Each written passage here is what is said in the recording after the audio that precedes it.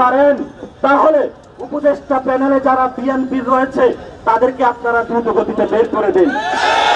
তারা বিভিন্ন রাজনৈতিক দলের ওইখানে বসে বসে এসি রুমে গণঅভ্যুত্থানের রক্তের উপরে বসে তাদের বিরুদ্ধে তারা এখন ষড়যন্ত্র করছে।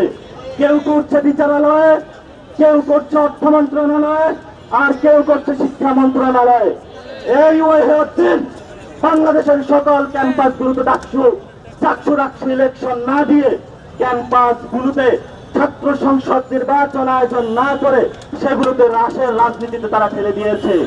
আমরা দেখতে পাইছি আমাদের ভাই সাম্যকে রাতের আধারে হত্যা করা হয়েছে, এখনো তারা বিচার পায়নি। এর পূর্বে আপনারা দেখেছেন হলে হলে নির্যাতন করা হয়েছে, গুপ্ত করা হয়েছে, গুম করা হয়েছে, জাহাঙ্গীরনগরে হত্যা করা হয়েছে। এই বিএনপির লাশের রাজনীতি তারা শুরু করেছে। আমরা বাংলাদেশে কোনো লাশের রাজনীতি দেখতে চাই না।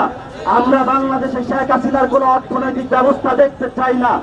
আওয়ামী লীগের যে ব্যবসা বাণিজ্য রয়েছে সেগুলো এখনো এক্সিস্ট করছে। মাঠের অলরাউন্ডার আমি, আর ঘরের allrounder Tylox. Tylox toilet cleaner, clean মানেই টাইলক্স। তারা যারা বিএনপির দলীয় নেতা কর্মী রয়েছেন আমাদের একজন বক্তব্য দিয়েছেন, ইন্ডিয়া থেকে তারা বাংলাদেশে টাকা পাঠিয়ে আওয়ামী অর্থনীতির মাধ্যমে বিভিন্ন অফিস দখল করে জনগণের উপরে সন্ত্রাসবাদী কার্যক্রমের পথ বেছে নিয়েছে। আর এই সন্ত্রাসবাদী কার্যক্রম থেকে ফেরানোর জন্য, বাংলাদেশকে মুক্তির পথে নেওয়ার জন্য, বাংলাদেশের মানুষকে ভোটাধিকার ফিরিয়ে দেওয়ার জন্য, বাংলাদেশের মানুষকে গণতান্ত্রিক প্রক্রিয়ায় নেওয়ার জন্য, বাংলাদেশে লাশের রাজনীতি বন্ধ করার জন্য যে প্রক্রিয়া, সেই প্রক্রিয়ায় একটি, সেটি হলো ইলেকশন। কিন্তু আমরা সেখানে বলি যে জাতীয় ইলেকশনের আগে অবশ্যই স্থানীয় ইলেকশন দিতে হবে।